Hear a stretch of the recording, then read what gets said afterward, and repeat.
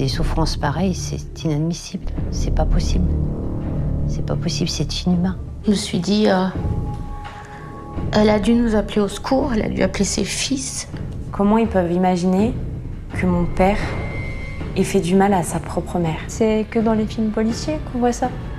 Ça peut pas nous arriver à nous, ça peut pas arriver dans le monde réel.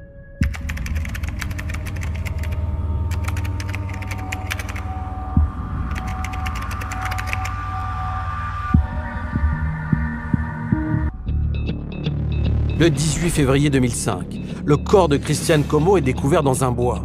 Cela faisait 4 mois que cette femme avait mystérieusement disparu. Il est à l'état quasiment de squelette généralisé. Je crois qu'il y a juste que 2 ou 3 phalanges qui portent un peu de chair. Le crâne est vraiment quasiment à nu. C'était la réponse à notre question, mais où est-ce qu'elle est? Maintenant, on sait où elle est. Mais pourquoi et comment, ça, on ne sait pas. Cette femme de 54 ans a été abattue de 2 balles dans la tête. C'est monstrueux, en fait. C'est une exécution, littéralement. Qui pouvait en vouloir à cette mère de famille sans histoire? On s'est dit, si ça se trouve, c'est quelqu'un qui préméditait tout ça. Pour élucider cette affaire, les gendarmes vont suivre de nombreuses pistes. Je sais que je suis le suspect numéro 1. J'ai eu une relation conflictuelle avec ma mère. Est-il possible que le dernier compagnon de la victime soit l'auteur du crime? Quand au final, les gendarmes ils nous disent, on l'a interrogé. Au départ, on s'est dit, ah oui, c'est vraiment bizarre ce comportement. Le meurtre d'une femme en région parisienne va mettre les enquêteurs sur la piste d'un tueur en série. Il y a quelques similitudes en fait entre les 2 homicides, les 2 meurtres. Le mode opératoire va avec le profil d'un tueur organisé et des troubles vraiment psychopathiques inquiétants. C'est en compagnie de Jean-Marc Bloch, ancien patron de la PJ de Versailles, et de Négar Aéri, avocate pénaliste, que nous allons revenir sur cette affaire non élucidée.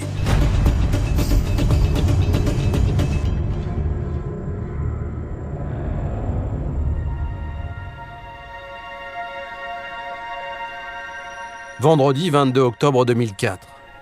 C'est dans ce décor de carte postale en Isère qu'Isabelle et Samuel Le Tendre profitent de leur jardin avec leurs 3 enfants. C'était une belle journée d'automne, donc en général, les enfants jouaient dehors, moi je m'affairais à la maison, mon mari était en train de bricoler dans son garage quand nous avons reçu un coup de téléphone. À l'autre bout du fil, c'est un gendarme de la commune de Chassieux qui souhaite rencontrer le plus vite possible Samuel Le Tendre. Et il me dit, venez de toute urgence à Chassieux. Voilà, votre maman a disparu. Il nous a simplement alarmés du fait qu'elle ne s'était pas rendue à son travail. C'est l'employeur de Christiane Como qui a alerté les gendarmes devant cette absence inhabituelle. Ni une ni deux, je me suis préparé, je suis parti assez rapidement puisque je m'inquiétais. Samuel Le Tendre part alors avec son frère et sa belle-sœur au domicile de leur mère situé à 50 km de là. C'est ici, à Chassieux, dans la banlieue de Lyon, que vit Christiane Como, âgée de 54 ans. Lorsque les fils arrivent vers 17h, les gendarmes sont déjà dans l'appartement. Tout de suite, une première constatation rend la disparition particulièrement inquiétante. Il y avait son sac à main sur son meuble à chaussures dans l'entrée, avec tous ses papiers dedans, son téléphone portable et ses courses dans l'entrée. Moi, ce qui m'a vraiment surpris, c'est ça, et ça, c'était pas normal. Laisser les provisions, son sac à main et son téléphone, non. Samuel Le Tendre fait immédiatement part de sa constatation aux gendarmes. C'est là que je dis, il faut qu'on aille le voir au garage. Parce que elle a posé sa voiture automatiquement quelque part. En arrivant au garage, on a vu la voiture dans le garage, garée comme il faut. Par contre, il y avait une chose qui était surprenante, c'était le garage qui était fermé, mais pas verrouillé. Les clés du garage, comme celles de l'appartement, sont introuvables. Là, je dis, il y a quelque chose qui s'est passé ici. Voilà. Je ne sais pas quoi, mais il y a quelque chose qui s'est passé. Et c'est pas normal. Mais pour les gendarmes, il n'y a pas encore lieu de s'inquiéter. Ils n'étaient pas, on va dire, je dirais, super affolés. C'est toujours pareil, c'est une adulte. C'est un peu comme dans les films, hein. Ils vous racontent, voilà, c'était une adulte, elle a pu fuguer, voilà, c'est ça. Et il faut attendre 48 heures pour déclencher, on va dire, la vitesse supérieure. Les deux fils de Christiane Como décident alors de partir à la recherche de leur mère. On a pris les choses en main. Mon frère a tourné pendant une partie de la nuit à essayer de la chercher.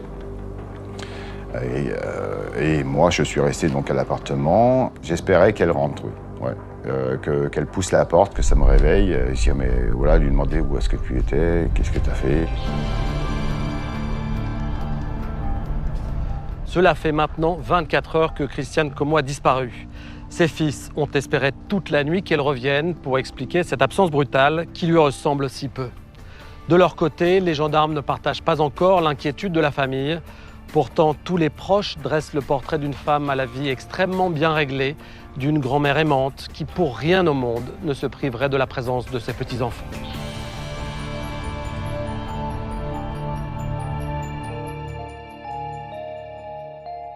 Depuis son divorce avec le père de Samuel et Romuald, il y a plus de 20 ans, Christiane Como vit seule dans cet appartement de la rue des Charpennes, à Chassieux. Elle travaille pas très loin de là, à quelques centaines de mètres. Donc elle est employée dans un club bouliste qui est assez important. Et donc elle tient la buvette. Au niveau du boulodrome, elle s'y plaisait quand même parce qu'elle était en contact avec les personnes. Elle aimait beaucoup discuter. Après, ce qu'elle aimait un petit peu moins, c'était que les hommes un petit peu la regardent, peut-être un peu trop. Christiane Como est une femme célibataire de 54 ans, proche de sa famille et plus particulièrement de ses 6 petits-enfants. Elle a été grand-mère jeune, à 40 ans, donc elle était assez fière d'ailleurs d'être grand-mère jeune. Ma mamie, c'était une mamie douce, elle était gentille, attentionnée. Alors ma grand-mère, c'est un sacré phénomène. On partageait notamment beaucoup de choses, la cuisine, des jeux de société aussi. Donc c'est vrai qu'on s'amusait quand on y allait. On passait vraiment des moments chez elle juste incroyables. Elle était toujours là quand on avait besoin. Elle faisait tout pour notre famille. Et elle donnait vraiment de tout son être pour qu'on soit bien. Mais Christiane Como avait un petit défaut. Ma grand-mère était déjà très maniaque, donc du coup, dès qu'on jouait avec un jeu ou qu'on mangeait un petit gâteau sur la table, bah, hop, elle rangeait vite. Alors la maniaquerie de ma mamie, c'était assez... c'était surprenant en fait. C'était, alors surtout ne pas toucher les murs, c'était interdit. Et devoir quitter les chaussures pour monter dans la voiture. C'était aussi le matin, quand on se lève, il fallait que le lit soit fait, qu'il soit très bien fait, sinon elle le refaisait. Donc c'était vraiment maladif. Tous les membres de sa famille sont donc unanimes. Très maniaque, Christiane Como ne serait jamais partie précipitamment en oubliant de ranger ses courses. Elle avait d'ailleurs toujours le même rituel en rentrant du supermarché. Elle mettait sa voiture devant, elle posait ses courses sur la table. Elle reprenait vite sa voiture parce qu'elle avait peur qu'on la raye. Elle rentrait dans le garage, elle fermait sa voiture à clé, elle vérifiait au moins 15 fois si c'était bien fermé. Et après, elle fermait son garage aussi à clé. Et elle revérifiait à chaque fois si elle avait bien tout fermé à clé. Et après, elle remontait ranger ses courses. Sa disparition est incompréhensible et l'angoisse de sa famille grandit. Partir comme ça, de but en blanc, dire je prends même pas de portefeuille, je prends rien du tout, c'était pas Christiane. Je me suis dit c'est fini, hein, on n'a pas de nouvelles. Alors les gendarmes, oh, elle est partie, on va la retrouver, machin. Je dis bah, ils sont bien optimistes. Kathleen Le Tendre est âgée de 6 ans lorsque sa grand-mère disparaît subitement. La petite fille perçoit tout de suite la gravité de la situation. On comprend les choses, on comprend et on se dit c'est grave en fait ce qui se passe, ma grand-mère est partie et on ne sait pas où elle est. Donc tout se bouleverse, on a de la tristesse, de la colère aussi.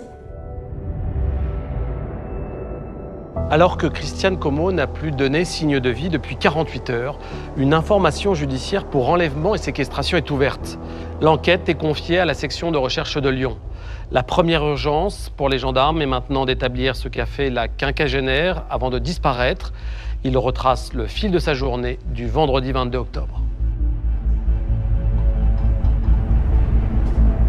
Grâce aux témoignages des voisins, les enquêteurs parviennent à établir que le jour de sa disparition, Christiane Como a quitté son appartement vers 8h30. Direction Mézieux, petite ville voisine, pour aller faire des courses. On a eu des témoins qui l'ont vue juste en fait au moment où elle allait faire ses courses, où elle rentrait pour déposer sa voiture devant la porte du hall pour décharger en fait ses courses. Il y a des gens qui m'ont dit j'ai vu Christiane, voilà, moi j'allais chercher mes enfants à l'école, tout ça, elle était en train de décharger. Mais les témoignages de ses voisins divergent. Ils ne s'accordent pas sur les vêtements que portait Christiane Como ce matin-là. Ils ne s'accordent pas non plus sur l'heure à laquelle ils l'ont aperçue. Pour certains, il était 11h30. Pour d'autres, il était environ 12h15. Une chose est sûre, à partir du moment où Christiane Como sort de son immeuble pour aller garer sa voiture dans son garage, plus personne ne la revoit. À 14h, elle devait prendre son poste à la buvette. Donc c'est d'ailleurs ça qui va inquiéter le patron, on va dire, du club Bullis, qui, ne la voyant pas arriver, va donner l'alerte. Alors qu'est-il arrivé à Christiane Como dans son garage, situé au sous-sol de sa petite résidence ? Sa voiture, elle est retrouvée dans le box de son garage. C'est évidemment à cet endroit-là où elle a disparu. D'importantes investigations sont effectuées dans le véhicule, garé à l'intérieur du box. Les techniciens en identification criminelle sont à la recherche du moindre élément qu'aurait pu laisser un éventuel agresseur. Ils relèvent différentes empreintes sur la voiture. Une brigade cynophile est également sollicitée pour tenter de déterminer avec précision à quel endroit Christiane Como a disparu. Samuel Le Tendre est alors présent aux côtés du maître chien de la gendarmerie. Il m'a dit, le chien, il sent plus rien. À force d'avoir les voitures qui passent, les gaz d'échappement, il sent plus rien. L'appartement de Christiane Como est également inspecté. Personne n'exclut l'hypothèse que l'agresseur y soit passé. On pensait que c'était peut-être quelqu'un qui avait vu qu'elle vivait seule et qui aurait pu profiter de la situation, fouiller son appartement, voler ce qu'elle aurait pu avoir chez elle. Il passe l'appartement à un produit très particulier parce que éclairé avec une lumière particulière, il permet de révéler d'anciennes traces de sang qui ont pu être effacées, qui ont pu être nettoyées. Aucune trace de sang n'est découverte dans le logement. Il n'y a pas non plus de traces de lutte ou de cambriolage.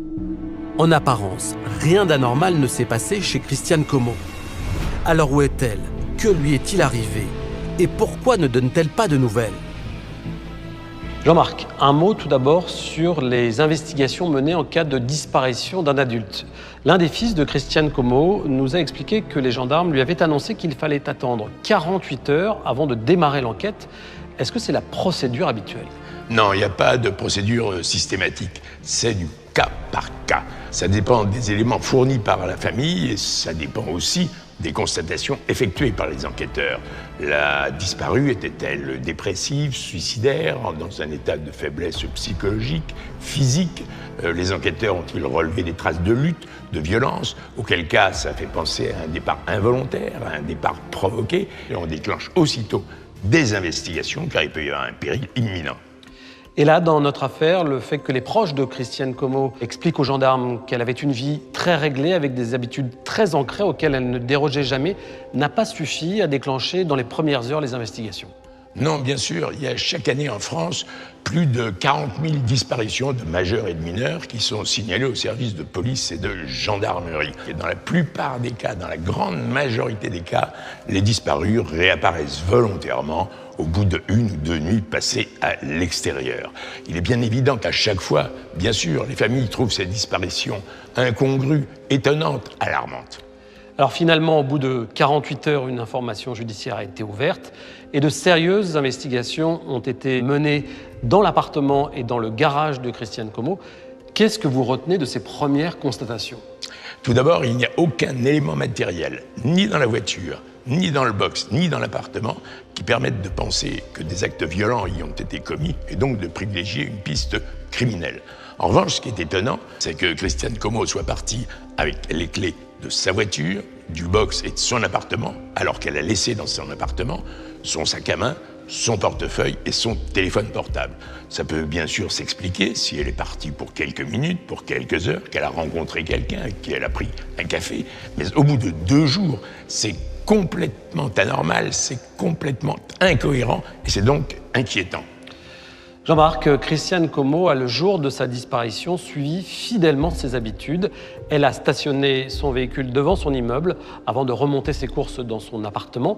Elle est ressortie pour descendre sa voiture dans le garage sans oublier de fermer sa porte à clé.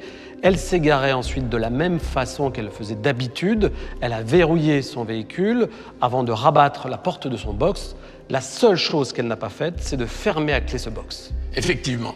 C'est la raison pour laquelle je pense que c'est dans ce garage qu'il s'est passé quelque chose d'anormal. On peut imaginer effectivement que c'est au moment où elle allait verrouiller la porte de ce box, quelque chose ou quelqu'un l'a empêché d'accomplir son rituel quotidien. Les gendarmes diffusent un appel à témoins dans l'espoir de localiser Christiane Como et très vite, ils obtiennent des informations qui pourraient s'avérer déterminantes pour la suite de l'enquête.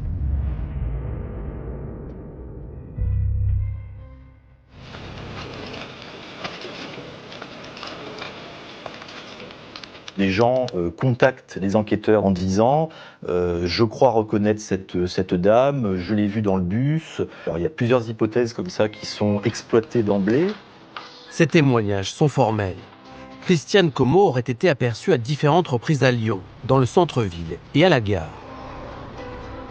Il y a un conducteur des TCL, qui sont les transports en commun lyonnais, et un passager de ce bus qui pense l'avoir reconnue parce que cette dame aurait fait un scandale. Christiane n'était pas une femme trop imprévisible. Elle n'était pas très spontanée. Et aller se balader dans la gare de Lyon, pour dire d'aller se balader dans la gare de Lyon ou n'importe où, c'était pas dans son habitude. Aucun élément ne permet de confirmer la présence de Christiane Como dans la ville lumière. C'est alors que les gendarmes apprennent que la victime, au moment de sa disparition, traversait une période compliquée. Elle a fait un séjour au Vinatier. Alors Vinatier, c'est un peu comme Sainte-Anne à Paris, c'est un peu le grand complexe psychiatrique, hein, où peuvent être soignés des gens également dépressifs. Elle est allée en consultation, voir un psychiatre, par rapport à son problème avec sa prothèse mammaire. En effet, il y a plusieurs années, Christiane Como avait décidé de faire de la chirurgie esthétique. J'ai su effectivement que ma belle-mère s'était fait refaire les seins. Christiane était une femme qui prenait énormément soin d'elle. Elle aimait beaucoup s'apprêter, elle était toujours impeccable, elle aimait plaire. Mais peu de temps avant sa disparition, une complication est survenue. Elle avait été obligée de se faire retirer une prothèse, c'est même moi qui l'avais accompagnée à la clinique. Parce qu'elle avait un gros souci au niveau de la cicatrisation, ça cicatrisait pas. Et donc il lui avait enlevé une des prothèses. Et quand elle a dû l'enlever, en fait, elle s'est toute remise en question en se disant je suis peut-être pas une belle femme, il me manque quelque chose, du coup j'ai plus qu'un sein sur 2, on va dire. C'est vrai que ça l'avait amené un petit peu ça l'avait un petit peu désespérée sur ce terrain-là, quoi. C'est ce problème qui a conduit Christiane Como à consulter un psychiatre, puis à prendre des antidépresseurs. Et si finalement cet état psychique était à l'origine d'un départ volontaire ? Alors les enquêteurs se disent que Christiane Como, ayant fait des séjours au Vinatier, elle aurait pu disparaître d'elle-même. C'était une personnalité qui était susceptible finalement, peut-être de flipper, comme on dit, hein, de prendre un coup de calgon et puis de partir, quoi.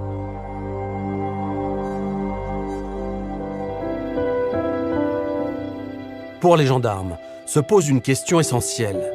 Où se serait alors réfugiée Christiane Como ? C'est en fouillant dans la vie de la victime qu'ils vont avoir un début de réponse. Christiane était une femme très croyante. Ma belle-mère était très croyante. On sait que Christiane Como était une femme pieuse. Hein. On a fait notre enquête un peu de voisinage à l'époque. Il nous avait dit qu'elle se rendait à la messe régulièrement, qu'elle arborait d'ailleurs un signe religieux. Je ne sais pas si c'était un médaillon, une petite croix. Enfin, elle était connue pour ça. Nous nous sommes rendus compte, en fait, que par la suite, quand nous avons un petit peu cherché dans la maison, qu'elle s'était peut-être tournée vers un petit peu un côté obscur de la religion. On a retrouvé un livre qui parle un petit peu de magie noire chez elle. Je suis tombé des nues, là, quand j'ai vu ça. Je suis tombé carrément... ça m'a scotché. Je ne m'attendais pas à avoir un truc comme ça. Pour les gendarmes lyonnais, l'hypothèse du départ volontaire pourrait être confortée par ce nouvel élément.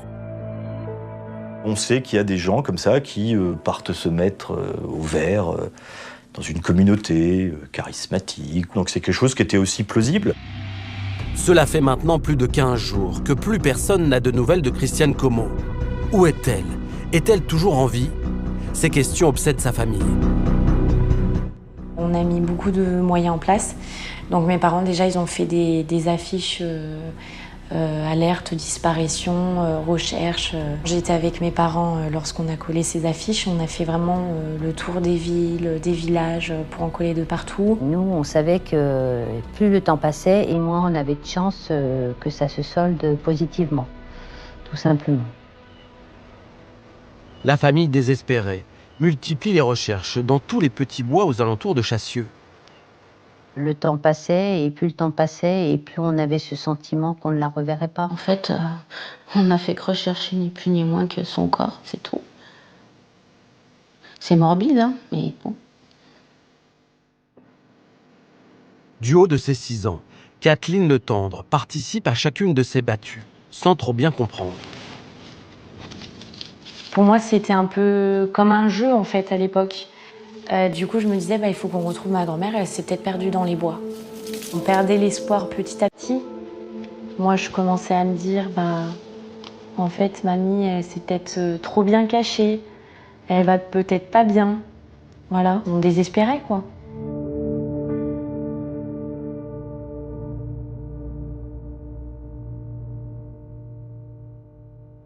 Négard, une information judiciaire pour enlèvement et séquestration a été ouverte après la disparition de Christiane Como. On a pourtant le sentiment que les gendarmes n'ont pas totalement écarté la piste du départ volontaire. Pourquoi alors avoir ouvert cette information sous cette qualification ? Le fait que la piste d'un départ volontaire ne soit pas totalement exclue n'empêche pas l'ouverture d'une instruction dès lors qu'il existe, comme dans cette affaire, des éléments suspects. Et heureusement, parce qu'autrement, à trop vouloir attendre, on risquerait de laisser dépérir les preuves.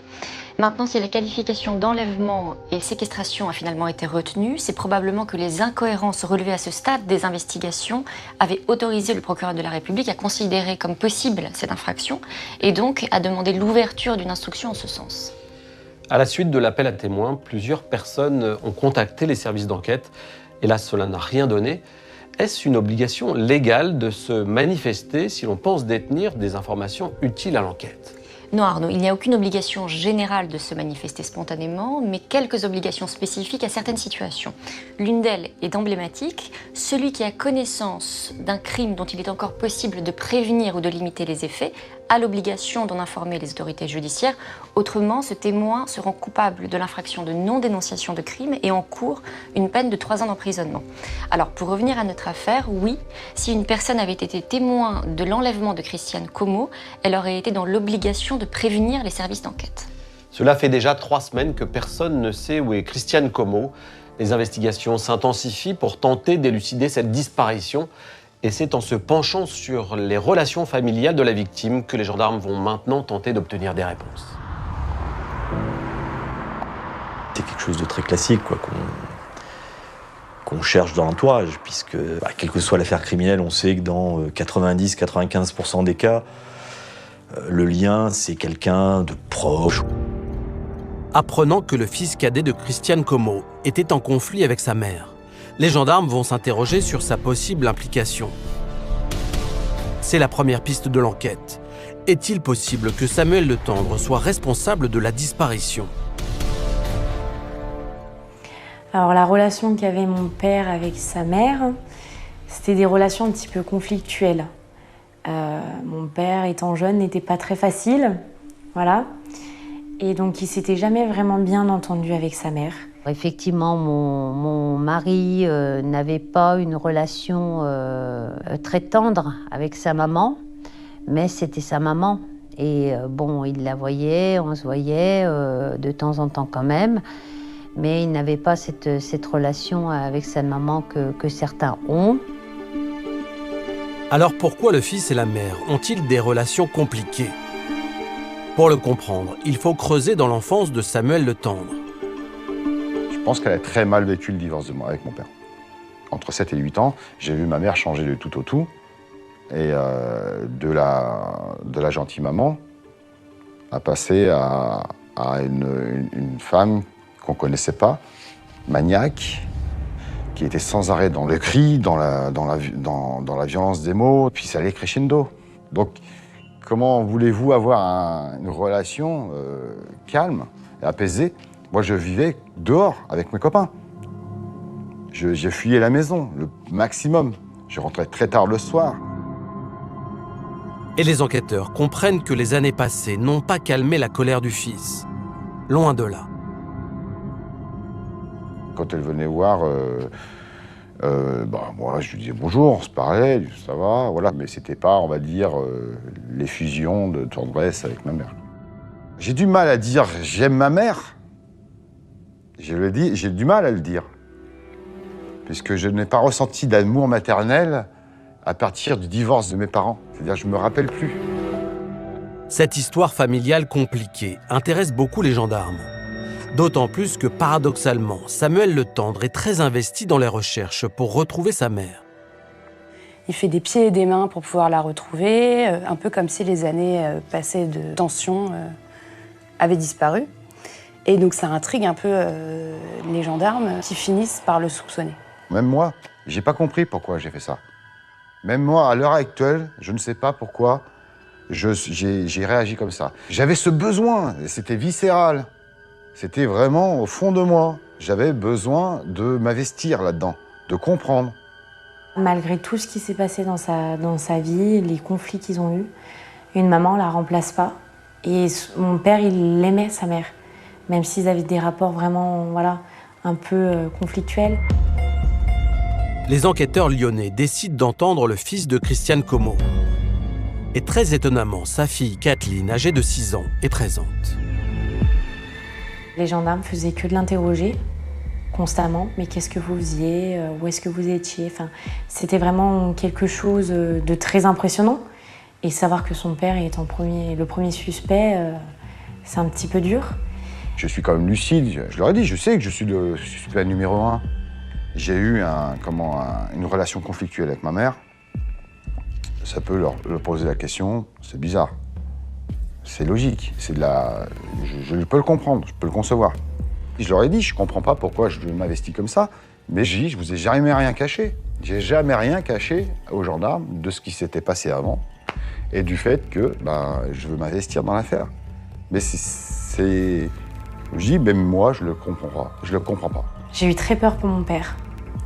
J'ai eu très peur parce que j'avais peur qu'en fait on le mette en prison, qu'on se dise oui c'est lui qui a fait du mal à sa mère et j'avais peur de perdre mon père, forcément. Mais Samuel Le Tendre nie fermement toute implication dans la disparition de sa mère. Je vois pas moi la raison que j'aurais d'aller faire du mal à ma mère à cette époque-là. Qu'est-ce que j'irais faire à ma mère, à ma propre mère? Revenir en arrière parce qu'elle m'a fait vivre un calvaire étant jeune. Du coup, je suis là, c'est vrai que forcément, il y a de l'espoir, il y a toujours de l'espoir. On n'était pas du tout dans l'esprit de Noël. On avait en tête, notre grand-mère. D'habitude, elle venait avec tous les cadeaux. Il y avait vraiment... il y avait quelque chose, quoi. Il y avait un esprit de famille.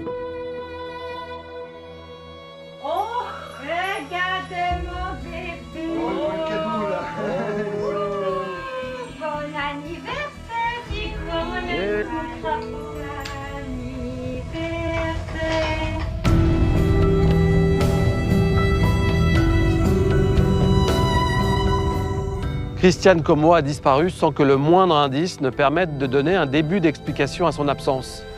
Sa famille se sent démunie et a le sentiment que les gendarmes font fausse piste. Les jours, les semaines, les mois passent sans aucune nouvelle. Et le 18 février 2005, soit 4 mois après la disparition, cette longue période d'attente se termine tragiquement par la découverte du corps de Christiane Como.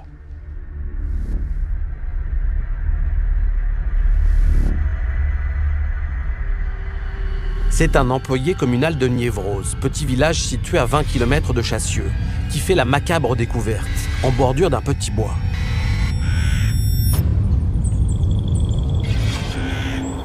Ce petit bois, il est entre le camping de Niévroz et la station d'épuration, donc c'est un endroit vraiment très très isolé. Et ce jeune homme a vu briller quelque chose, donc il a vu que c'était un bijou, et en fait c'est en le ramassant que il a vu qu'il y avait un squelette. Alertés, les gendarmes arrivent très rapidement sur les lieux. Un médecin légiste les rejoint pour réaliser les premières constatations sur le corps. Il est à l'état quasiment de squelette généralisé. Je crois qu'il y a juste que 2 ou 3 phalanges qui portent un peu de chair. Le crâne est vraiment quasiment à nu. Il faut plusieurs mois, au moins 3 ou 4 mois, pour avoir véritablement des fragments squelettiques. Le corps repose sur le dos. Le corps a pu être l'objet de violences ailleurs, d'être transporté et ensuite d'être mis dans cette position. Donc il faut toujours faire attention. Là, la position sur le dos, c'est la position de découverte, la position ultime de positionnement du corps. Ce n'est pas forcément dans cette position-là que la victime est décédée. La victime porte un pull vert et une jupe noire. Autour de son cou, une petite chaîne en or. Ses chaussures ont disparu. Et ce que remarquent d'emblée les enquêteurs, c'est que la jupe, notamment, est relevée. Il manque sa culotte. Et au niveau du haut du corps, il a un pull et c'est également relevé, au-dessus de ce qu'on imagine être de la poitrine. Une prothèse mammaire est visible. Les enquêteurs se renseignent sur les signalements de disparition intervenus dans la région. Ils font rapidement le lien avec celle de Christiane Como. Alors que le corps est transporté à l'Institut médico-légal de Lyon, les gendarmes se lancent à la recherche d'indices. Ils ont fait ce qu'on appelle un ratissage en ligne, donc ils se sont mis en ligne, ils ont avancé, ils avaient des détecteurs de métaux. J'étais là ce jour-là, donc j'y assistais, j'avais pris des photos, des tamis, etc. Et là, ils ont vraiment passé au crible, on va dire la scène de crime, pour essayer de retrouver le moindre indice. La famille de Christiane Como est avertie de la macabre découverte. Les gendarmes qui m'ont appelé, donc nous ont appelé qu'ils ont retrouvé un corps, et puis bon, qu'il fallait venir voir à la gendarmerie, parce qu'ils ont retrouvé des bijoux sur elle. Ils nous ont fait rentrer dans le bureau et ils ont sorti un sachet avec des bijoux dedans. J'ai reconnu les bijoux tout de suite, quoi. Et là, mon mari, pareil, a reconnu les bijoux et il s'est effondré. Il s'est mis à pleurer. Non, c'est pas possible. Non, non, non. Donc ils nous ont dit qu'il avait retrouvé. Mon mari pleurait, moi aussi. Enfin, c'était la catastrophe. Voilà, tout s'effondrait, quoi. On sait, on l'a retrouvé. Qu'est-ce qu'on passe par des sentiments de colère, de rage. C'est terrible, la rage. C'était la réponse à notre question, mais où est-ce qu'elle est? Maintenant, on sait où elle est. Mais pourquoi et comment, et voilà, ça on ne sait pas. Et surtout, apprendre que sa mère a été découverte dans ce bois de Niévroz est insoutenable pour Samuel de Tendre. Car toute la famille avait recherché la disparue à quelques pas de là. J'en frissonne encore, on a frôlé le corps. Donc, on a été avec la famille dans ce petit village, on a fouillé de partout, dans les bosquets, de partout. Ça vous file un froid, quand même, parce qu'on aurait pu peut-être gagner du temps. Le corps est resté quand même 4 mois après coup, donc on aurait peut-être gagné un temps précieux pour l'ADN, pour un ADN étranger, pour plein de choses, quand on voit avec le recul. Il faut maintenant annoncer cette terrible nouvelle aux petits-enfants qui adoraient leur grand-mère. On était rentrés de l'école, ils nous ont assis sur la table basse, ils étaient assis sur le canapé. Ils nous ont dit qu'ils avaient une bonne et une mauvaise nouvelle. Ils nous ont demandé par laquelle ils devaient commencer. Et du coup, on a demandé la bonne nouvelle. Et ils nous ont dit, on a retrouvé votre grand-mère. On était super contents, on a éclaté de joie. Et du coup, quand ils nous ont dit la mauvaise nouvelle, ils nous ont dit On l'a retrouvée, mais elle est morte. Quelqu'un l'a tuée.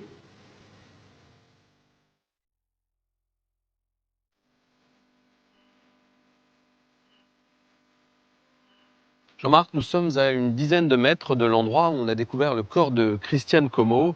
Aujourd'hui, ce petit bois est quasiment inaccessible avec une végétation extrêmement dense, mais ce n'était pas le cas à l'époque. Pour l'atteindre, nous avons emprunté cette petite route qui se trouve à une centaine de mètres de la départementale. Quelle réflexion vous inspire ce lieu ? C'est assez paradoxal cet endroit. Nous sommes à la fois éloignés des grands axes de circulation, mais ce lieu était assez fréquenté. Il n'y a pas loin d'ici un stade de foot, il y a également un camping, donc des promeneurs éventuels, il y a aussi un petit lac avec des pêcheurs, et puis ce lieu était fréquenté par des affouagistes, c'est-à-dire par des gens autorisés à couper et à ramasser du bois dans cette forêt. Est-ce que vous pensez que le crime a été commis ici ? Oh, c'est très difficile de répondre à cette question, Arnaud. D'autant que Christiane Como a disparu depuis plusieurs mois. En tout cas, on ne trouve aucun indice à proximité de ce corps. Et le fait qu'il manque les chaussures me fait penser qu'elles ont été perdues pendant que le corps était transporté à cet endroit. Il s'agit donc d'un lieu de dépose du corps. Seconde réflexion, l'état de délabrement avancé du corps me fait penser que Christiane Como a été tuée très peu de temps après sa disparition. Il ne s'agit donc pas d'une affaire d'enlèvement suivie d'une longue séquestration. Je pense que le corps de Christiane Como est ici depuis le début de cette affaire. Le tueur n'a pas cherché à enterrer le corps ou à le dissimuler sous des branchages. Il a donc pris le risque que son crime soit rapidement découvert. Oui, d'autant plus que l'absence de culotte sur le corps de la victime peut laisser penser qu'il s'agit d'un crime à caractère sexuel, ayant donc possiblement laissé des traces physiques ou biologiques susceptibles d'identifier son auteur. Je pense que le tueur était dans l'urgence de se débarrasser du corps et de l'éloigner le plus possible du lieu de la commission des faits. Et c'est probablement par hasard, en passant par ici en voiture, qu'il a eu l'idée de se débarrasser du corps dans ce petit bois. Évidemment, il a eu de la chance que le corps ne soit pas découvert plus tôt. 3 jours après sa découverte, le corps est autopsié à l'Institut médico-légal de Lyon. Les enquêteurs espèrent que cet examen permettra d'établir les causes du décès et de mieux comprendre les circonstances du meurtre.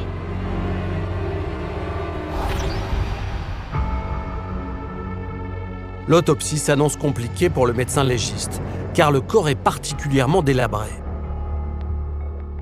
On va chercher tous les éléments qui vont pouvoir nous donner une idée du mécanisme de décès.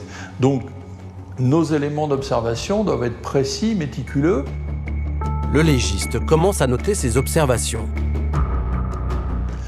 Alors sur la boîte crânienne, il va y avoir de nombreuses lésions qui vont être très évocatrices d'orifices de projectiles. Donc ces éléments-là, ils vont être extrêmement utiles à regarder.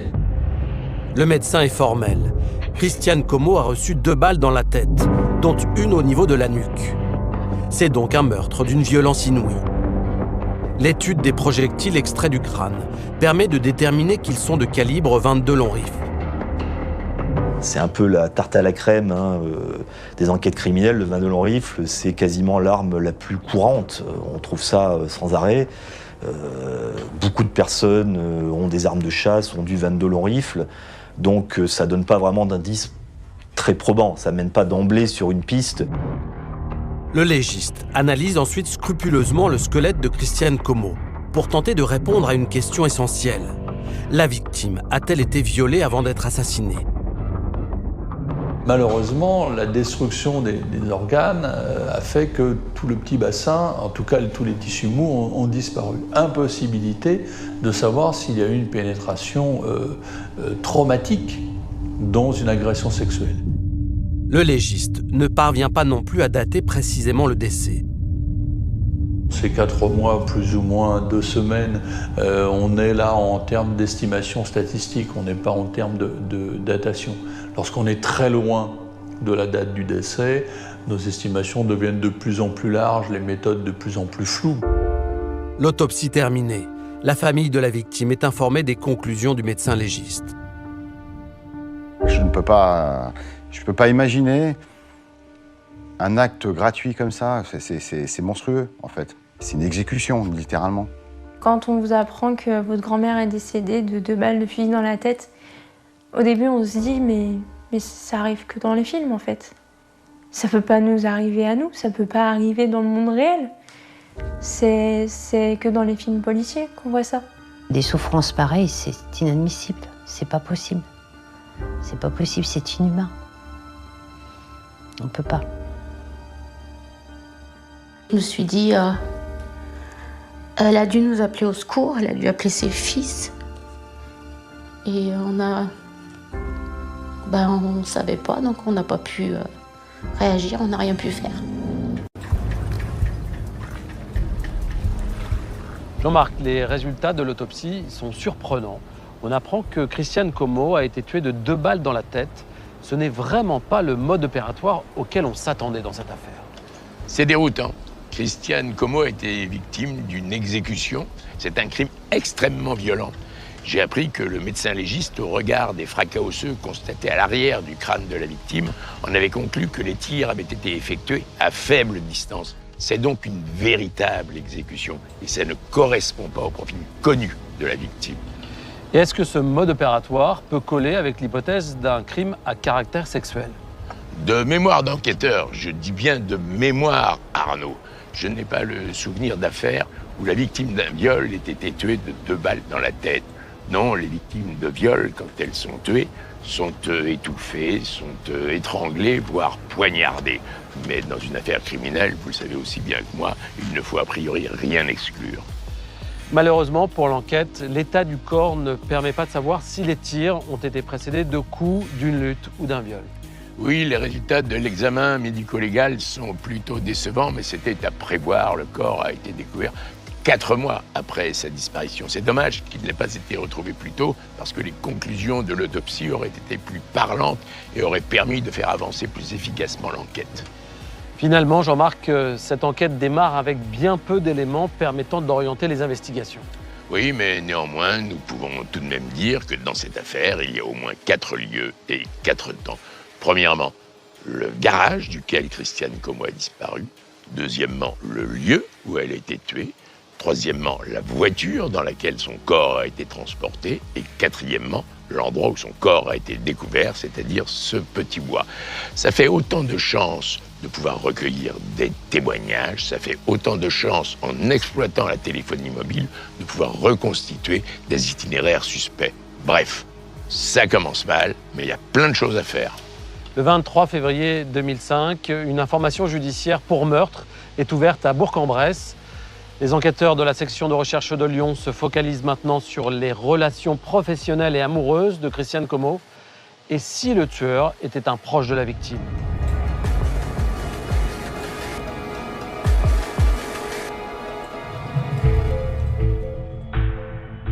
Les gendarmes vont se centrer sur ses habitudes professionnelles et assez naturellement, ils vont se concentrer sur ce boulodrome qui n'est pas très loin de chez elle.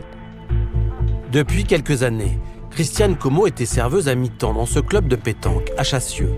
Elle va passer finalement ses après-midi à la buvette. Un boulodrome, c'est un endroit où il y a beaucoup de gens qui finalement viennent, défilent, viennent faire des tournois, des concours, etc. Donc ils vont logiquement s'y intéresser. Des centaines de personnes fréquentaient régulièrement ce boulodrome, surtout des hommes. Ma grand-mère avait un franc succès au boulodrome. C'était une très jolie femme et très coquette. Donc elle se faisait souvent draguer. Mais par contre, elle repoussait déjà les premières avances en disant « Non mais stop, là tu arrêtes, je n'ai pas envie ». C'était là-dessus, elle se protégeait quoi. Est-il possible qu'un bouliste ait conduit soit l'auteur du meurtre? Les gendarmes s'intéressent à tous les adhérents du boulodrome. Ils vont notamment saisir un listing. Et à partir de ce listing, alors ils vont essayer de faire des recoupements. Ils vont voir s'il n'y a pas des gens, peut-être qui ont eu des antécédents, sur certains points, etc. Les habitués du boulodrome de Chassieux sont entendus. Les casiers judiciaires sont vérifiés, mais aucun profil inquiétant ne sort de ces investigations. Les gendarmes s'intéressent alors à la vie sentimentale de la victime. La vie amoureuse de Christiane Como, on n'a pas eu trop d'éléments dessus. Il y avait peut-être effectivement des hommes qui lui tournaient autour. C'était une femme plutôt jolie.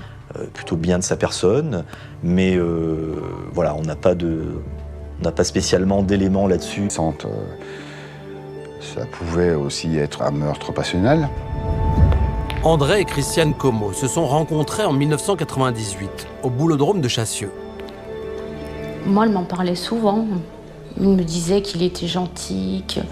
Je crois bien qu'elle avait même rencontré ses enfants. Et oui, moi, ce que j'en sais, c'est que oui, elle l'aimait bien. Elle l'aimait, mais elle n'allait pas plus loin dans ses confidences, quoi. André a d'ailleurs souhaité officialiser leur relation. Et moi, je sais que ce monsieur l'avait demandé en mariage. Et elle n'a pas voulu. Elle lui a dit non parce que pour elle, c'était trop tôt. Il comptait acheter une maison, je ne sais plus où. Il voulait l'emmener avec lui. Et elle, pour rien au monde, elle se serait éloignée de ses fils et de ses petits-enfants. Donc je pense que c'est pour ça qu'elle a refusé. Et le 31 mai 2005, un peu plus de 2 mois après la découverte du corps de Christiane Como, André est placé en garde à vue à la gendarmerie de Trévoux. Première question, où étiez-vous le 22 octobre 2004, le jour de la disparition? L'ex-compagnon de Christiane, il dit le jour de sa disparition, je déjeunais avec un ami à plusieurs kilomètres de Chassieux. Les enquêteurs contactent cet ami qui n'arrive pas, plusieurs mois plus tard, à se rappeler que ce jour d'octobre, il a bien déjeuné avec son ami André. André est ensuite interrogé sur sa relation avec Christiane Como. André, contrairement à la famille de Christiane, il dit si, on était toujours ensemble avec Christiane. Donc leur relation tenait toujours. Et s'il a voulu absolument acheter à la famille de Christiane sa voiture, c'est parce que pour lui, dit-il, cette voiture avait une valeur sentimentale. Et que pour se rappeler de Christiane, il voulait récupérer ce véhicule. C'est alors que l'expertise balistique tombe. Les conclusions sont formelles. Le fusil d'André n'est pas l'arme du crime. Après un peu plus de 13 heures de garde à vue, l'homme est relâché. Il a multiplié les attitudes étranges, mais aucun élément matériel ne permet de le relier au crime. Pour Samuel Le Tendre, cette décision est un coup dur. Si un jour on découvre qui c'est et que c'est pas lui, je m'en excuserai. Je reste un peu sur ma faim, on va dire, vis-à-vis par rapport à ce qu'il m'a dit, par rapport à sa réaction. Ça reste quand même de grands mystères. André est un homme mystérieux pour nous. Bien décidé à faire éclater la vérité, Samuel Le Tendre propose aux gendarmes de profiter de l'enterrement de sa mère pour tenter de démasquer le tueur.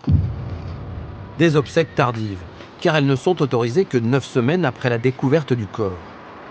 J'ai besoin de retrouver l'assassin. Je leur avais proposé, je dis écoutez, je vais parler à l'église.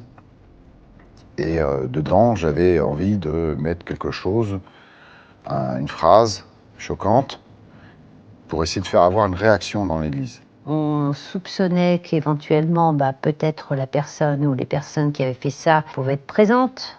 Donc je leur ai proposé ça. Donc ils m'ont dit, à ce moment-là, écoutez, c'est un peu inespéré parce qu'on n'ose pas demander ça aux familles.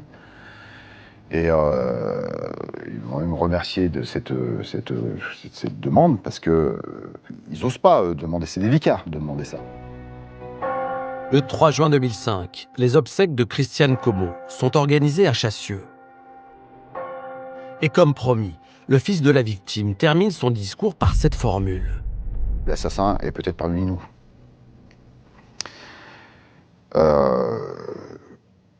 Et là, je pense que ça a jeté un grand froid, tout le monde s'est regardé, quoi. J'étais tellement dans un état de rage que si une personne était sortie de l'église, je crois que je faisais qu'un bond. Mais personne n'a réagi à ce discours. Oui, j'aurais aimé que là, qu'il y ait une réaction. C'était mon souhait le plus profond. Mais ça n'a pas été le cas. Là, oui, j'étais très déçu.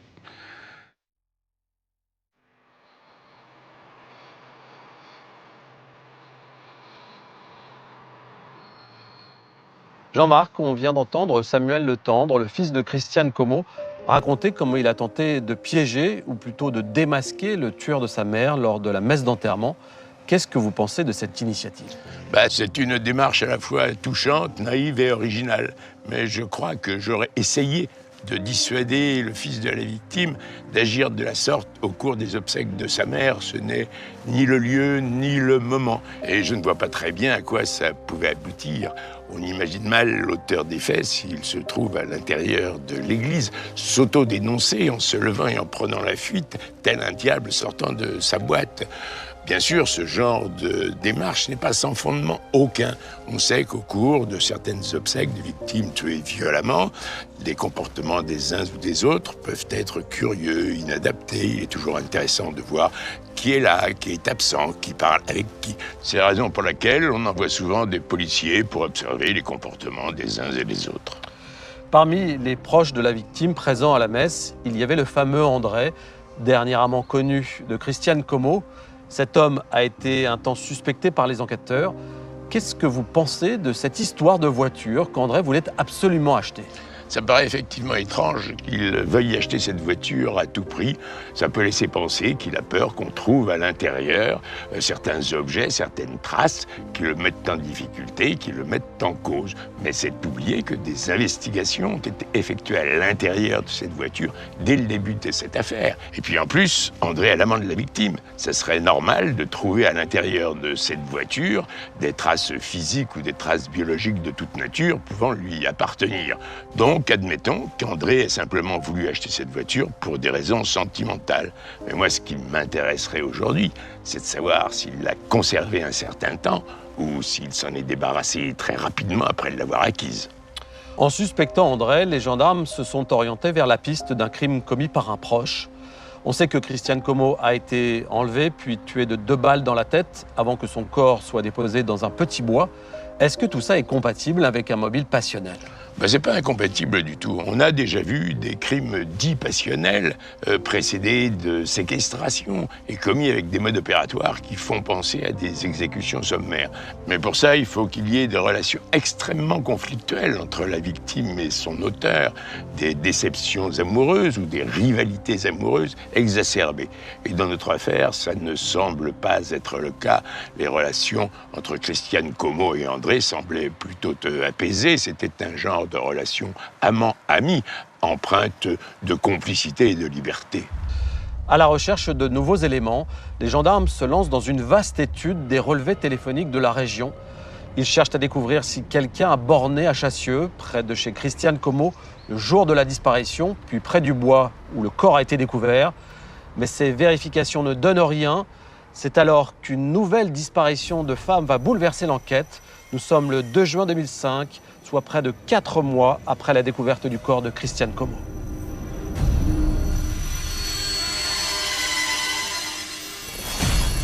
Trois jours que la gendarmerie quadrille cette forêt de Seine-et-Marne. Pas un indice, aucune trace de cette mère de famille d'une quarantaine d'années qui a disparu jeudi matin pendant son jogging. Nelly Crémel habite cette maison depuis 3 ans avec son mari, commandant dans l'armée de terre, et leur fille âgée de 10 ans. Qualifiée de disparition inquiétante par le procureur de Meaux, de grands moyens ont été déployés, hélicoptères, garde républicaine à cheval et Zodiac sur la Marne, en vain pour l'instant. Je me dis en fait, c'est impressionnant parce qu'ils ont déployé des hélicoptères, de la garde républicaine, ils ont déployé énormément de monde pour pouvoir la retrouver.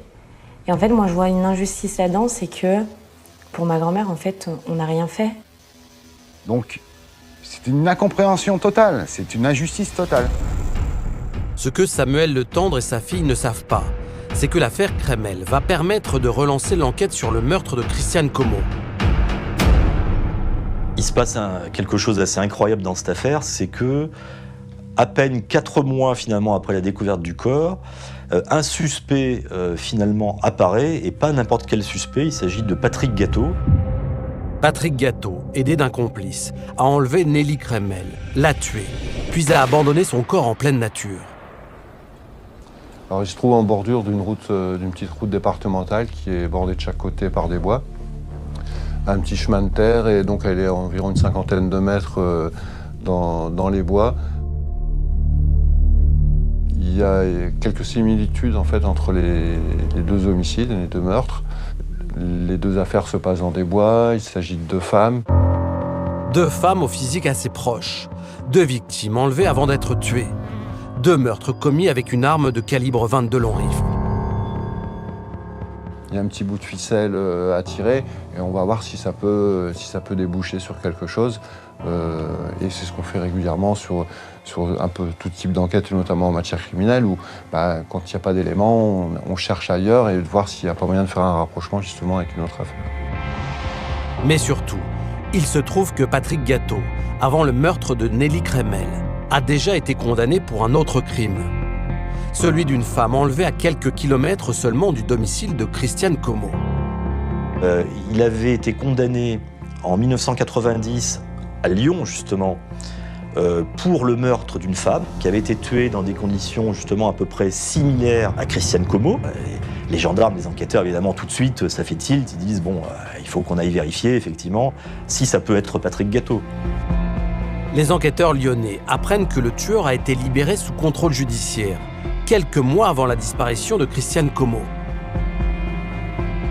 Il s'est passé quelques semaines pendant lesquelles il a déménagé et ce contrôle judiciaire n'était plus finalement effectif, c'est-à-dire qu'il a un peu échappé au radar de la justice, il ne devait plus pointer régulièrement à tel endroit, etc. Et ces quelques semaines, comme par hasard, elles correspondent au 22 octobre 2004 et à la disparition de Christiane Como. Alors, est-il possible que Christiane Como ait été enlevée puis tuée par Patrick Gateau ?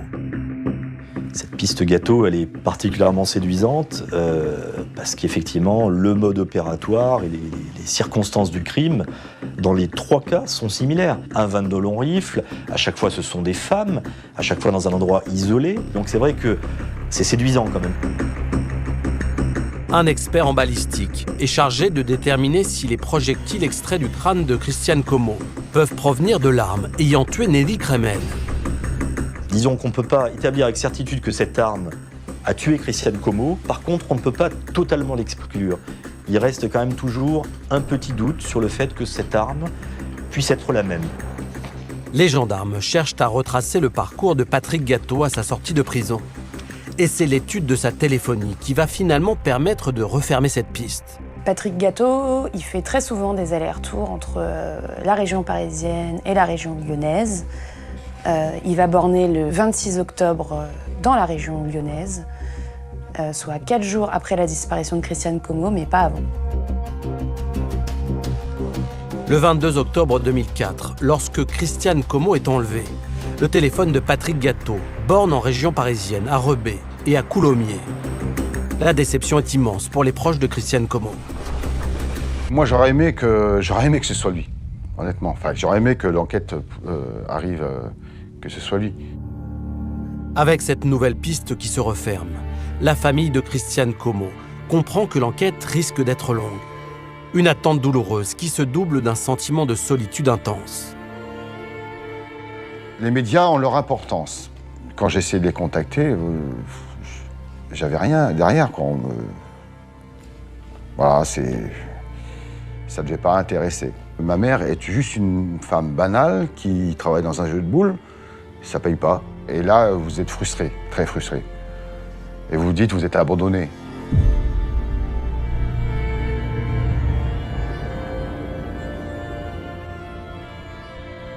Négard, l'affaire Kremel et le profil de son meurtrier Patrick Gateau ont défrayé la chronique. Et cette affaire a été à l'origine d'une nouvelle loi pour tenter de lutter contre la récidive. Est-ce que vous pouvez nous en dire un mot ?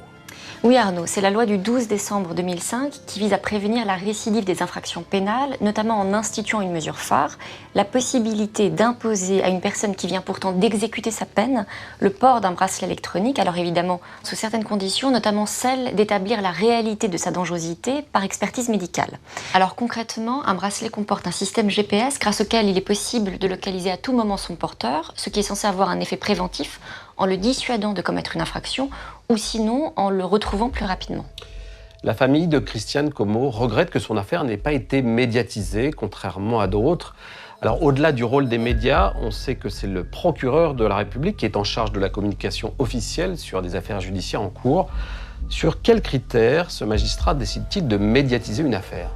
Par souci d'efficacité, les phases d'enquête et d'instruction sont en principe secrètes. Mais des bribes d'informations peuvent malgré tout, en tout cas pour certaines affaires, être divulguées par la presse. Et comme celles-ci sont parcellaires, elles peuvent véhiculer des inexactitudes ou troubler l'ordre public. C'est la raison pour laquelle l'article 11 du Code de procédure pénale autorise le procureur de la République à intervenir pour rectifier et calmer les choses. Donc la médiatisation d'une affaire par le procureur de la République, c'est toujours en réaction à une médiatisation qui précède son intervention. Les gendarmes ont fouillé la piste Patrick Gâteau qui s'est imposée dans l'enquête, mais ils sont en réalité depuis le début persuadés que le tueur est quelqu'un qui connaissait bien le quartier de Christiane Como, quelqu'un qui aurait pu observer ses habitudes, quelqu'un qui peut-être l'a croisé régulièrement.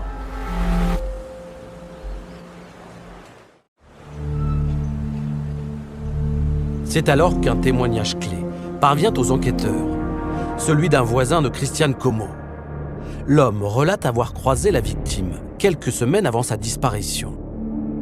Elle marchait au bord de la route, il s'est arrêté et il lui dit « Vous voulez que je vous ramène jusque chez vous ?» Et puis elle lui a dit « Bah non, c'est bon ». Et puis il voyait qu'il y avait quelque chose qui n'était pas normal et il lui a demandé, il dit « Ça va pas, Christiane ?» Christiane Como aurait alors avoué à son voisin être effrayée par quelqu'un. Et là, il lui a dit « Bah en fait… il y avait quelqu'un qui me suivait et je me suis jetée derrière un buisson et donc il l'a récupérée, il l'a ramenée chez elle. » Quand on a su ça, qu'elle se sentait suivie, c'est vrai que là-dessus, ça nous a fait un peu tilt, quoi. On s'est dit, si ça se trouve, c'est quelqu'un qui préméditait tout ça. Tous les résidents du quartier sont entendus. Les voisins, ils disent qu'ils n'ont pas entendu parler d'un rôdeur, qu'ils ne sont pas au courant. Et finalement, malheureusement, cette piste qui semble intéressante pour les enquêteurs, encore une fois, elle donne rien. Le 19 août 2005, soit 10 mois après l'enlèvement de Christiane Como, c'est un autre voisin de la victime qui va relancer l'enquête. Croisant dans la rue des gendarmes en fonction, il se présente spontanément à eux. En disant est-ce que vous avez trouvé l'assassin de Christiane Como? Ça y est, on l'a retrouvé, j'aimerais bien savoir, parce que oui, moi ma sœur habitait pas loin, etc. L'homme semble très préoccupé par les éventuelles avancées des investigations. Cette personne était assez manifestement, n'était pas très tranquille dans sa tête. Hein. Bon, donc les gendarmes lui ont dit qu'ils savaient pas trop, etc. Que bon, ils l'ont un peu rassuré. Cette personne est repartie, mais bon, en bon gendarme, ils avaient évidemment relevé l'identité. C'est pas du tout aberrant que les gendarmes soient en alerte sur le comportement de cet homme. Il peut inconsciemment essayer d'aller se dénoncer à la gendarmerie. Il peut complètement s'effondrer parce qu'il a fait quelque chose, il se rend compte que ce qu'il a fait, il n'arrive pas à vivre avec. Le profil de cet homme divorcé de 42 ans est très intéressant, car il vit à quelques dizaines de mètres de chez Christiane Como. La sœur de ce monsieur, elle vit dans le même immeuble que Christiane Como, et donc elle a accès au garage comme son frère. Les enquêteurs lyonnais décident de creuser cette piste. En interrogeant le fichier des détenteurs d'armes à feu, les gendarmes apprennent que cet homme possède un fusil de calibre 22 long rifle. Considérant avoir assez d'éléments pour l'entendre, les gendarmes décident de le placer en garde à vue dans les locaux de la section de recherche de Lyon. Lorsque ce monsieur il est placé en garde à vue, il tombe un peu des nues et il explique aux enquêteurs que il se rappelle très bien du jour de la disparition de Christiane Como parce que il était en arrêt maladie pour des problèmes de dos. Face aux enquêteurs, l'homme se défend avec conviction. Ce monsieur, il explique que s'il est allé voir les gendarmes, c'est parce qu'il était curieux de savoir où en était l'affaire et que l'arme auquel il pourrait avoir accès, c'est celle de son père et qu'il n'y touche pas à cette arme. Donc finalement, les enquêteurs finissent par se dire que c'est une coïncidence, que c'est un concours de circonstances de retrouver ce monsieur dans cette affaire. D'ailleurs, son médecin traitant confirme très vite les problèmes de santé de son patient. Des problèmes de santé qui le mettent hors de cause. Ce qui a permis d'écarter ce témoin providentiel qui s'inquiétait du sort de Christiane Como, c'est également son état physique. Il souffrait notamment de surpoids. Enfin, il avait une corpulence, une masse qui paraissait quand même interdire d'agresser cette femme et ensuite de traîner son corps. Enfin bon. Impossible donc que cet homme soit responsable de l'enlèvement et de la mort de Christiane Como. Au départ, on s'est dit, ah oui, c'est vraiment bizarre ce comportement. Et après, quand au final les gendarmes ils nous disent, on l'a interrogé, tout ça, y a rien ne colle, c'est un peu désespérant. Dans lequel travaillait Christiane Como vient d'être mise en cause dans une affaire d'agression sexuelle. Cet individu est poursuivi pour des faits particulièrement graves. Il y a un agresseur sexuel qui a été accusé du viol d'une jeune femme dans des conditions là, qui intriguent les gendarmes, puisque il l'aurait enlevé en voiture, il l'aurait amené dans un petit chemin. Bon, ça nous rappelle quelque chose, ça rappelle ce petit chemin, ce bois où a été retrouvée Christiane Como. Cet homme avait été entendu au tout début de l'enquête, comme tous les adhérents du Boulodrome. Il avait été mis hors de cause, même si certains témoignages le rendaient suspect. Cette personne tournait autour de Christiane Como, au point, disent les autres membres du club de boules, qu'elle lui aurait demandé d'arrêter de l'importuner, qu'elle ne lui adressait plus la parole. Apprenant son implication dans une affaire de viol, les gendarmes repartent sur cette piste. Un agresseur sexuel qui fréquentait Christiane Como, qui lui tournait autour, là c'est le jackpot pour les enquêteurs. Mais 4 ans après les faits, les gendarmes lyonnais se heurtent à l'alibi de cet individu. Trop de temps a passé pour pouvoir mener de nouvelles vérifications. L'enquête est dans l'impasse. Et le 1er juillet 2009, près de 5 ans après le meurtre de Christiane Como, ses proches apprennent une terrible nouvelle. La justice ferme le dossier. Quand on a reçu la lettre en fait, de clôture, tout simplement, mon père, je l'ai entendu hurler dans la maison, en disant « mais c'est pas possible ». Et donc... Il y a pourtant une autre piste qui a été évoquée dès le début de l'affaire. La famille s'étonne qu'elle n'ait pas été plus creusée. Ça a été une hypothèse qui a été évoquée avec les gendarmes, puisque c'est eux qui m'avaient dit que... Alors moi, je ne savais pas qu'il y avait du trafic de drogue à l'époque. Eux m'ont dit que certains témoins avaient vu une voiture, un box ouvert, une voiture dedans, des gars qui attendaient dedans, deux personnes qui étaient généralement en attente, 2 clients, et qui avaient un trafic de drogue. Voilà. Kathleen Le Tendre se souvient que sa grand-mère n'était d'ailleurs jamais à l'aise lorsqu'elle garait son véhicule dans le parking souterrain. Elle avait une appréhension avant de rentrer dans le garage parce qu'il y avait souvent du trafic, des dealers qui traînaient dans le garage. J'ai le souvenir que dans le garage, on voyait souvent des jeunes gens échanger des produits et notre grand-mère nous disait « baissez la tête, ne dites rien, on rentre à la maison ». Alors Christiane Como a-t-elle pu être témoin malgré elle d'un trafic illégal ? Pour la psychologue Hélène Romano, le mode opératoire ne colle pas. Le fait d'avoir les 2 balles dans la tête peut aussi faire penser à des modes opératoires de règlement de compte de trafiquants divers et variés. Ça aurait pu être ça. Mais ce qui paraît étonnant, c'est que dans ces cas-là, le corps, il fait en sorte qu'il ne soit jamais retrouvé. Non, le profil du tueur n'est pas celui d'un trafiquant. Le mode opératoire va avec le profil d'un tueur organisé et des troubles vraiment psychopathiques inquiétants. Toutes les pistes n'ayant pas été exploitées. Le 23 décembre 2009, 6 mois après la clôture de l'instruction, le procureur de Bourg-en-Bresse décide de donner une nouvelle chance au dossier. Une nouvelle commission rogatoire est délivrée à la section de recherche de Lyon. Il y a toujours des choses auxquelles n'ont pas pensé les précédents enquêteurs, il y a toujours des pistes qui n'ont pas été explorées. Et très rapidement, les nouveaux enquêteurs vont se rendre compte qu'il existe d'importantes failles dans le dossier. Les données téléphoniques qui avaient été comparées, c'est-à-dire que les téléphones qui avaient borné à Chassieux, où Christiane Como a disparu, et à Niévroz, où son corps a été retrouvé, les seconds enquêteurs se sont rendus compte postérieurement qu'il y a un certain nombre de numéros téléphoniques, finalement, qui apparaissaient comme des numéros de ligne fixe. Et ça n'avait pas intrigué les premiers enquêteurs. Donc ils sont revenus à la source de l'information, ils se sont rendus compte que non, c'était bien des téléphones portables, qui avaient une mauvaise transcription. C'est donc 5 ans après le meurtre qu'une nouvelle étude de la téléphonie est menée. Ils ont mis la main sur plusieurs dizaines de téléphones portables qui n'avaient pas été exploités. Ils ont essayé de retrouver les titulaires des lignes téléphoniques. Et là, malheureusement, les opérateurs téléphoniques, des années après, n'ont pas tout gardé. Donc il y a certains téléphones portables dont on ne saura jamais à qui ils étaient, qui étaient ces gens. Parmi eux, il y avait peut-être l'assassin. Ça, on ne le saura jamais. Un autre manquement apparaît rapidement. Il y a des scellés qui n'ont pas été exploités. Et ce ne sont pas n'importe quels scellés, hein. Ce sont des empreintes digitales sur la voiture de Christiane Como. Et ces empreintes digitales, elles n'ont jamais été exploitées. Alors, ça paraît être assez incroyable. Parmi ces empreintes digitales, certaines étaient pourtant exploitables. Elles vont être intégrées à un fichier qu'on appelle le FNAED.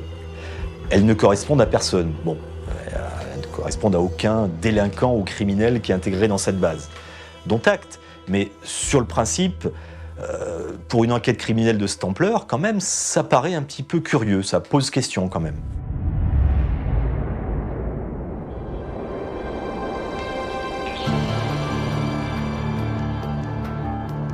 Les gars, le dossier sur le meurtre de Christiane Como a été clôturé à peine 5 ans après les faits et heureusement rouvert. Existe-t-il une durée minimale pendant laquelle la justice est obligée d'engager des investigations ?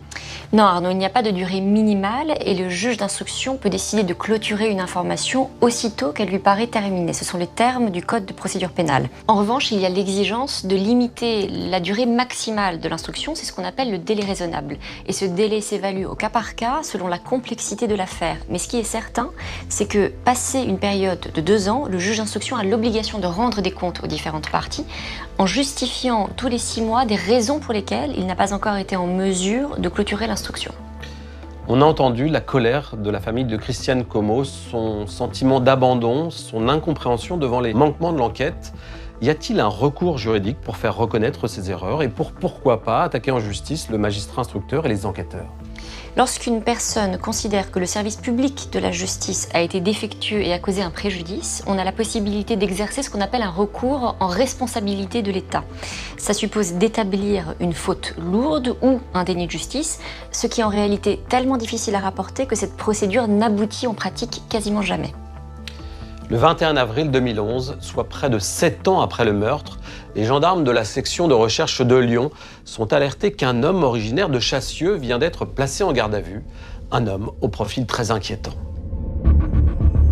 Cet homme, que nous appellerons Pierre, retraité de 64 ans, fait l'objet d'une plainte pour agression sexuelle sur sa fille et ses petites filles. Les gendarmes s'aperçoivent que ce monsieur, il a été plusieurs fois soupçonné dans des affaires d'agression sexuelle, toutes commises à Chassieux. C'est une personne qui s'était jetée à 2 reprises sur des femmes. Alors, il y avait une élue, je crois, de la ville de Chassieux. Cette conseillère municipale de Chassieux, elle raconte qu'un jour, au moment où elle monte dans sa voiture, quelqu'un arrive par derrière, la saisit par le bras et lui fait subir des attouchements sexuels. Pierre a également agressé la femme de ménage de la salle des fêtes de Chassieux. Non seulement c'est un agresseur sexuel, mais en plus, c'est quelqu'un qui semble attiré par la poitrine des femmes. Alors manifestement, il le reconnaît lui-même, c'est lui qui l'explique aux gendarmes. Il dit qu'il ne peut pas s'empêcher de se jeter sur les femmes et de leur toucher la poitrine. Cette attirance incontrôlable pour la poitrine des femmes intéresse beaucoup les gendarmes. Tout de suite, ils se disent, une femme avec une poitrine refaite, plutôt opulente, ça a pu finalement attirer un détraqué sexuel, finalement, qui fait un peu un fétichisme des poitrines de femmes. Surtout que cet homme travaille à quelques pas seulement de chez Christiane Como. Cet agresseur sexuel qui a sévi à Chassieux, il peut parfaitement connaître Christiane Como, puisque finalement il a été gardien de gymnase, pas très très loin de son domicile. Les enquêteurs, ça les intrigue un peu plus. Mais les enquêteurs manquent cruellement d'éléments matériels. D'autant plus que les résultats de l'expertise balistique sont négatifs. Le fusil de calibre 22 long rifle, retrouvé chez l'homme, n'est pas l'arme du crime. Au bout de 22 heures, après information au magistrat, la garde à vue de Pierre est levée.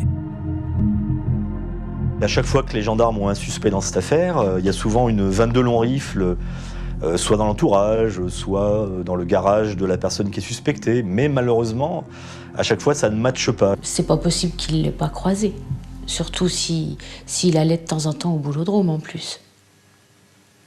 Enfin... Non, pour moi, c'est pas possible qu'il l'ait pas croisé. Comme on sait, c'était un prédateur sexuel. Pour nous, c'est pas du tout cohérent, tout ce qui s'est passé, toute son histoire. Pareil, son alibi, il ne savait pas trop ce qu'il faisait de ses journées. Malgré les interrogations qui demeurent, Pierre est mis hors de cause. Plus de 8 ans après le meurtre de Christiane Como, ses proches restent obsédés par des questions douloureuses. Qui l'a sauvagement assassiné et pourquoi ?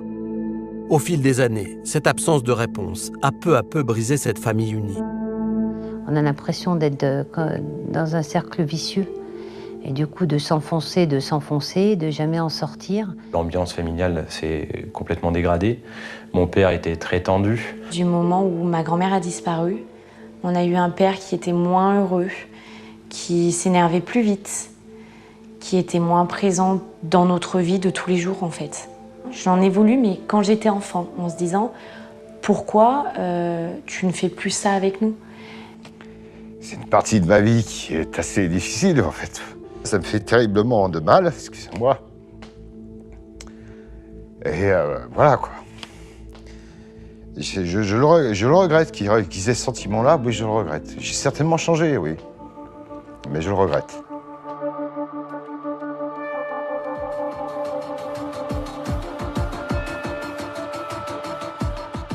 Jean-Marc, parmi les différentes pistes envisagées par les enquêteurs, il y a celle des vendeurs de drogue que Christiane Como aurait pu surprendre dans son parking. Est-ce que cette piste est crédible à vos yeux ? Non Arnaud, en matière de trafic de stupéfiants, on assiste, on le sait, à des règlements de compte par arme à feu extrêmement violents. Mais ces règlements de compte ont lieu entre trafiquants eux-mêmes au sein d'une même bande ou entre bandes rivales.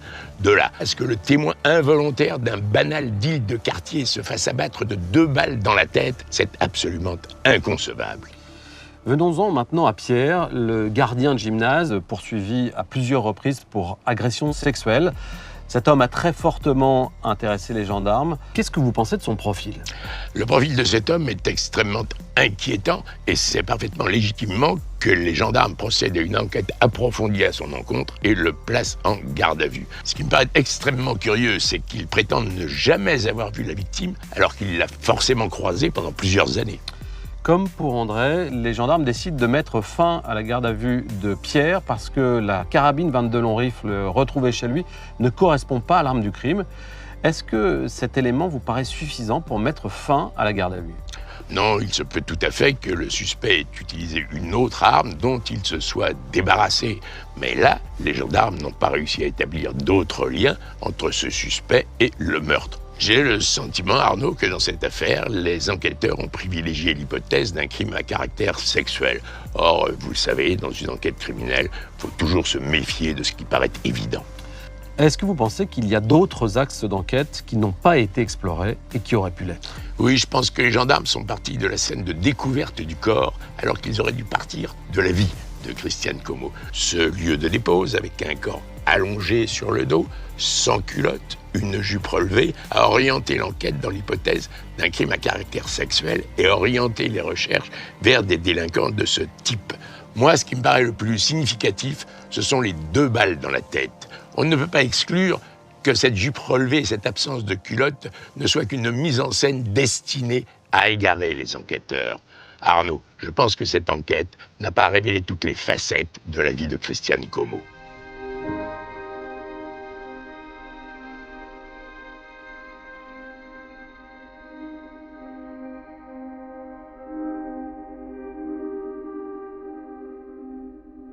Il faut se battre pour relancer l'affaire.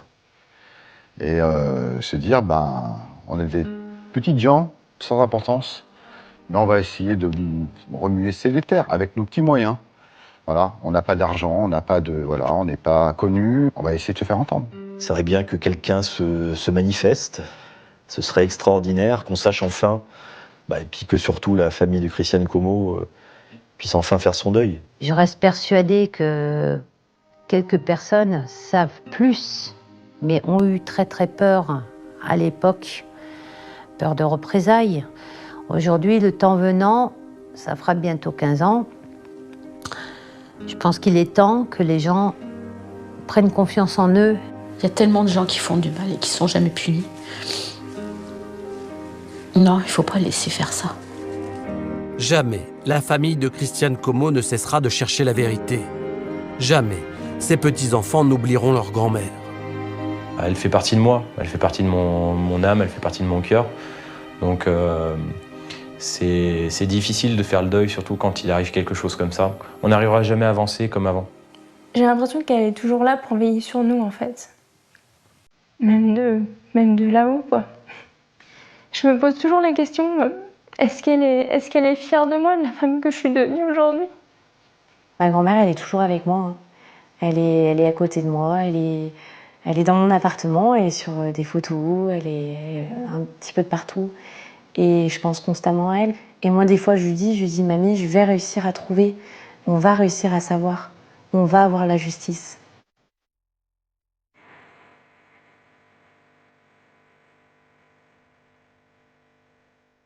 Le 20 janvier 2015, l'instruction sur le meurtre de Christiane Comot a été clôturée par une ordonnance de non-lieu. Depuis, plus aucune investigation n'est menée. Une situation dramatique et intolérable pour les proches de la victime qui, chaque jour, espèrent l'avènement d'un fait nouveau qui permettra de rouvrir le dossier. Peut-on accepter que le tueur de Christiane Comot ne soit jamais inquiété? Comment admettre que la justice renonce à faire éclater la vérité lorsqu'un meurtre reste non élucidé, sa violence est décuplée, une violence qui perdure au fil du temps qui passe sans apporter de réponse?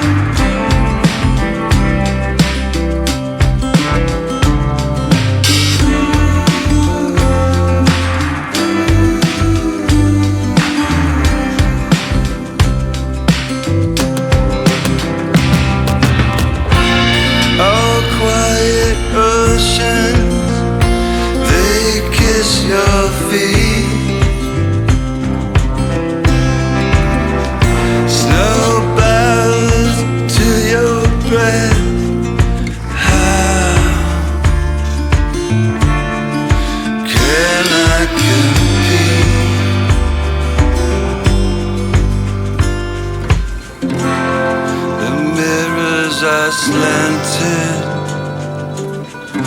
my reflection's still there. The marquees, they all read.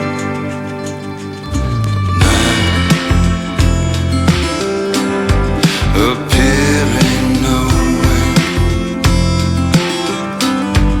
appearing nowhere, now appearing nowhere.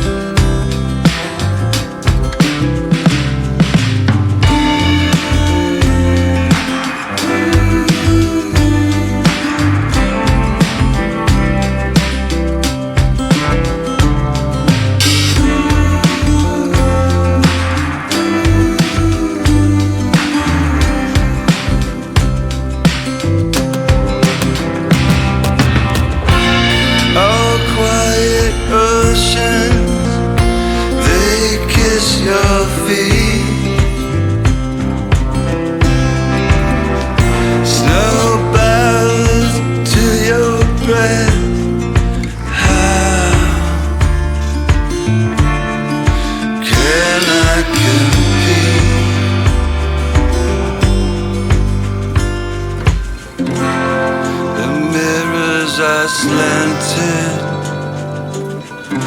my reflection's still there. The marquees, they all read.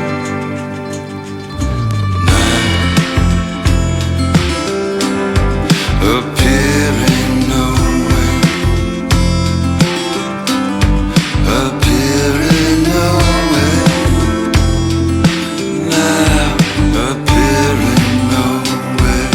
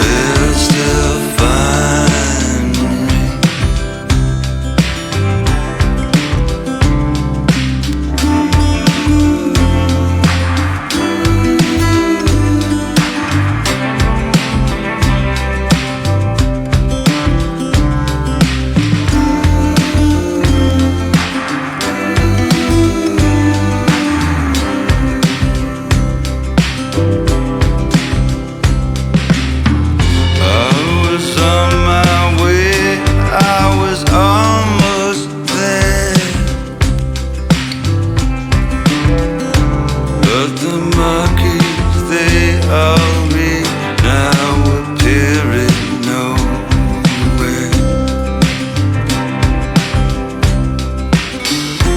Let's go to the carnival. You can cut me in half. I'll do anything for a laugh.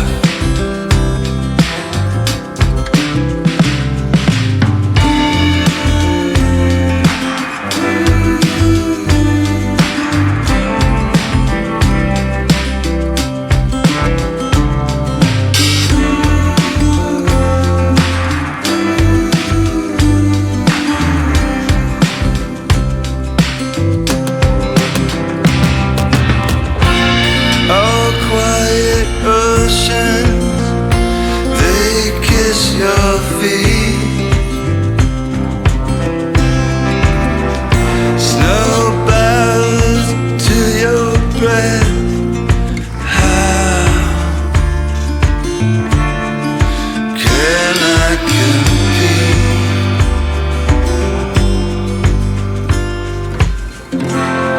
The mirrors are slanted, my reflection's still there. The marquees, they all read now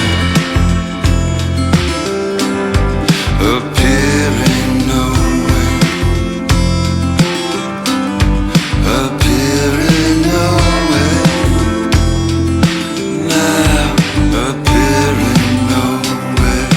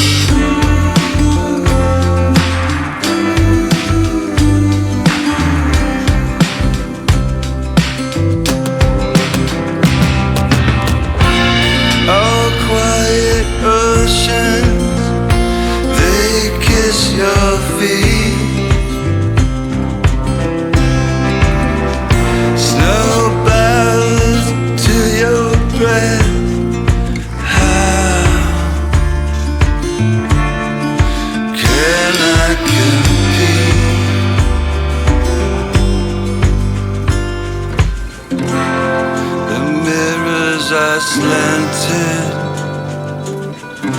my reflection's still there. The marquees, they all read.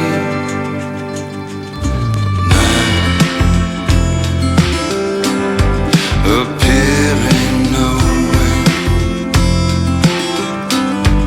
appearing nowhere, now appearing nowhere.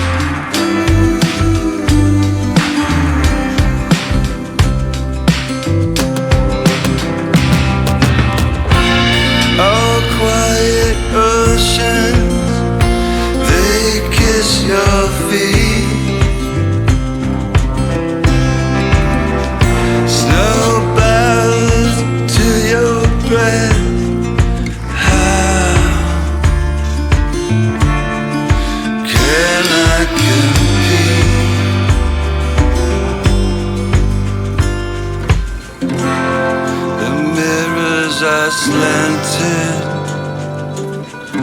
my reflection's still there. The marquees, they are